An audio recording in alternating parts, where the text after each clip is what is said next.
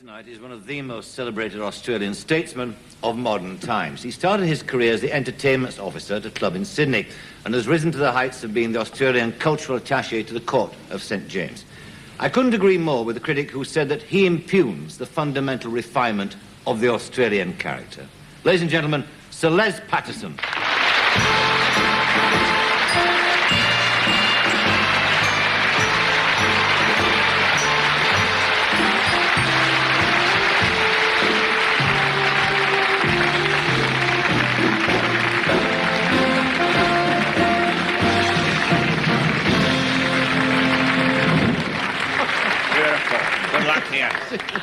And hello there, ladies and gentlemen. I must do a handful of Vaseline or something. How are you feeling? I'm not feeling too bad.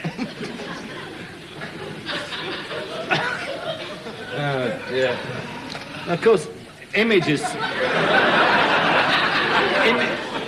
Oh, sorry, Mike. What is it I've got in my hands? Oh, it's an ointment I'm supposed to use. I was just giving myself a quick application before the show. I'm supposed to use an applicator, but I generally do. No worries. So, yeah. Now, let's talk... You'll be all right on your next trip to the Philippines, mate.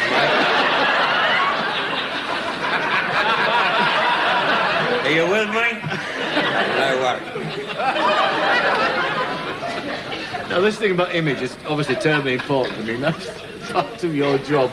Now, what is it? What's the image that you're trying to project? I think you'd better phrase that again, Michael. I think what is the image that I am bloody successful in projecting, ladies and gentlemen? And that is as Australia as a thinking organism.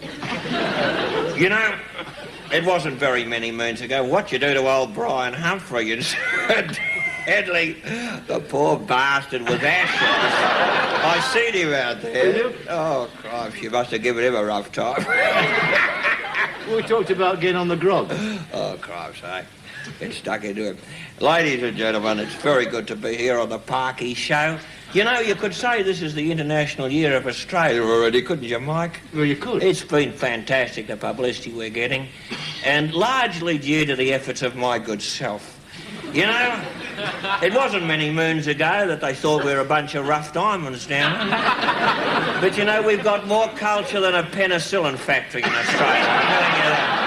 No worries. Well, I suppose that they talk about culture, that the main thing that people know Australia for now, the movie industry, the films, Australian films. Have you got anything to do with them at all? Yes, I kicked it off. Did you? Oh, yes, I was very much instrumental in getting movies off the ground in Australia. They'd been going along a long time with Chip Rafferty and that fraternity, but they needed to be dragged kicking and screaming into the 20th century, Mike. And I'm very proud of the role. I'm very proud of the role that I've played there. You know, the trouble with the film industry, as it is with the arts in general today, is that the poofter element. Now, don't get me wrong, I don't mind what people do in the privacy of their own homes. Don't get me wrong on that score, ladies and gentlemen. Please. You know, I see eye to eye with old Ken Livingstone in that particular matter. But what I'd like to say is this, that, you know, there are a lot of... the industry needs a fair bit of weeding out, and, you know, it's rife with the poofters in Australia as it is here. You know, I had a lovely idea for a film a few years ago. It was going to be called... It was about a football team going to the bush. It was called Piss Up on Hanging Rock, as a matter of fact. And by the time... No? Are you with me? By the time the Poof Mafia, or the Poofia as I call them, had got onto that, they'd turned them all into Sheilas, drifting around in the nursery curtains and getting eaten by the abos in there. But what about a film like Gallipoli, which has had tremendous critical acclaim both here and in America? Again, you see, the movie industry's got out of my hands. Gay-Lipoli, in my opinion, is a better description of that film. Two fellas, I don't say they're shirt lifters. I don't say that. I don't say they're shirt lifters, but they could be. They could be, and that's how it comes across, you know? Giving the Turks the wrong idea, you know? Mind you, they've had the wrong idea for a year or two, haven't they, eh? No worries. Do you know many people within the film industry intimately, though? I mean, I'm thinking of actors or actresses. Well, I do, naturally. I've had... You hear the boys in the band over there, for Christ's sake, eh? That'll do, fellas, eh? No, I've done a bit of casting, Mike. I have. I've done a bit of... I mean, it's not for nothing I'm known as the Protestant Lou Grade. I'm not. I am. We've got a lot in common, you know. Well, with a couple of tycoons. And it's significant, isn't it, that old Lou's enterprise is being taken over by an Aussie corporation, an Aussie conglomerate. A conglomerate. And they're a bit afraid, of course, that it'll lose its Englishness, but old Lord Grey, English? Well, rumour has it he's a Bulgarian tap dancer. I don't know. But he's very nice and a close personal friend, I hasten to say. Well, you've got many. But a lot of the actresses, you know, I mean, I know them all personally. I can't name names on this show because, you know, there's been moments when my fidelity to my wife has been put to a pretty severe test. And come off second best, I can tell you. Can you think of any... I mean, was this a question of girls being forward, being overwhelmed by your sexuality? They do get a bit. You know, I had an embarrassing experience in a London taxi. Yes. I had this little lass. She was a star of one of my films. And I was showing her the sights of London, you know, Buckminster Castle, St Paul's Abbey, Trafalgar Circus, and we're driving around. And I kid you not, you know, this little Sheila done a streak in the back seat of the car. I didn't know where to look. And we got to our destination. The driver says, that'll be so-and-so, you know. And he says, how are you going to pay me? And she... Oh, I'm sorry, I can't say it, but she done an Erica. She done an Erica, but not the top part. She flashed the map of Tasmania, ladies and gentlemen. Now, for those of you who aren't too crash on the geography, Tasmania is a triangular continent. A bit on the bushy side. No, please, oh, for goodness sake. Anyway, to cut a long story short, the driver said, haven't you got anything smaller?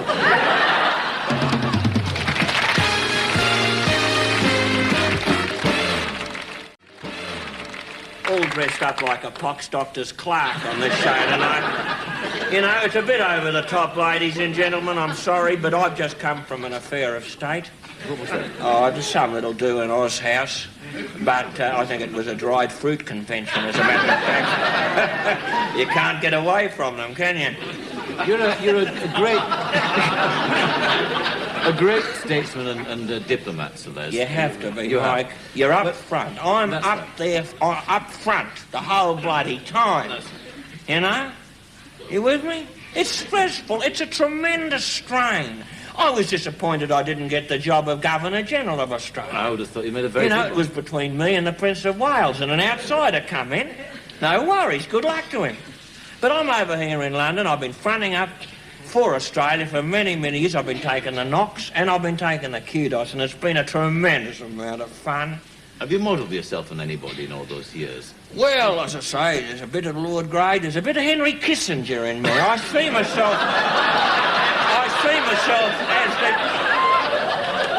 as Australia's answer, and General Haig. There's a bit of him in me, you know? There's a bit of General Haig in me. Which bit? Well, I don't mind a drop of the Haigs at any time, ladies and gentlemen. You with me? No, my mother always said, never trust a man who doesn't drink, and I don't. I like a drink. I'm not ashamed of that. As a matter of fact, you know, I'm as full as a pommy complaint box at the moment. Do you have... I mean that in a very nice way, too. So, Les, do you have any artistic leaning to yourself? I mean, do you write anything at all? Do you write... I write the odd poem, you know. I've got a serious streak to me. And there's a lot of lonely women who wait. And I've dedicated a song to them. Yeah. Not many people think I can sing, and I'm going to prove it to you now. This is a song. It's a song dedicated. It's a song dedicated to my wife, Lady Patterson, amongst others. It's got a nice little lilt to it. You know, it's a case of... I reckon it's a case of eat your heart out George Melly, as far as I'm concerned. I feel a song coming on, ladies and gentlemen. Okay?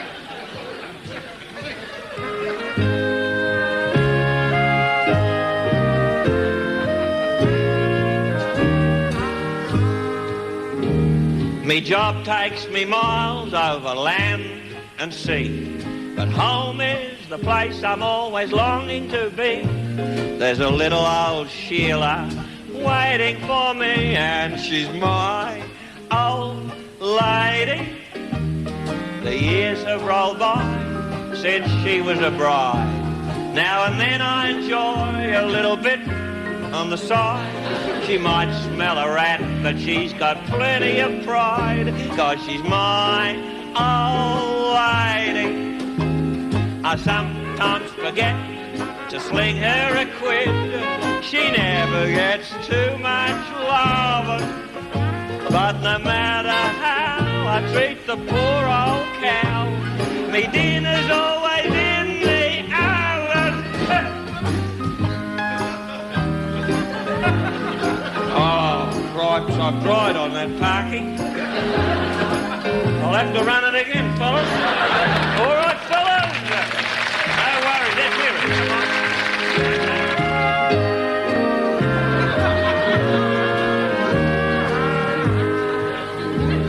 I might have been away for 6 months or more, but when I stick me key in her old front door, she's down there scrubbing the kitchen floor, 'cause she's my old lady.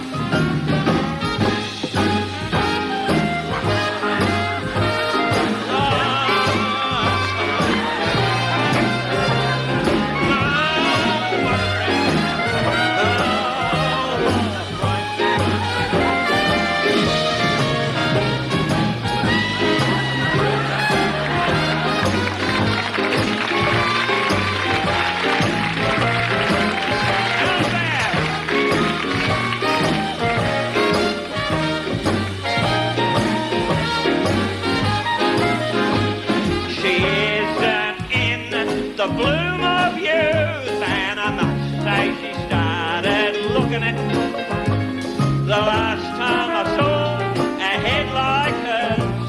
It probably had a hook in it, but I don't care if she's as ugly as sin. I love every hair on her dear old chin as she washes the Valium down with the gin. She's my old lady.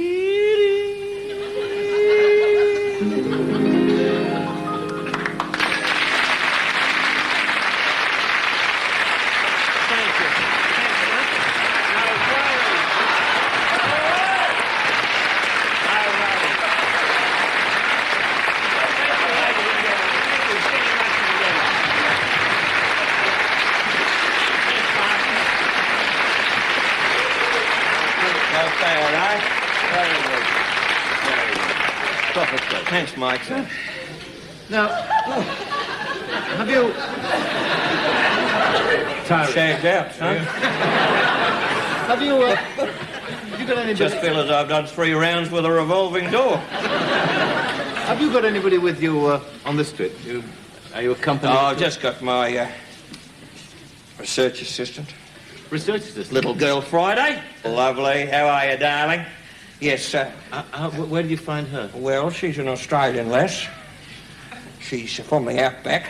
I've had her for the last day and a half, as a matter of fact. She jetted over here to join me. I've got a bit of a turnover in secretaries, I have to be quite frank with you, Michael. It's the pressure, you see. Tremendous pressure these women are under. But her name is Clivine Jamesagong, as a matter of fact. It's an old Australian name. Now, tell me, finally, Celeste, and thank you for your efforts tonight, spreading a bit of culture in our direction.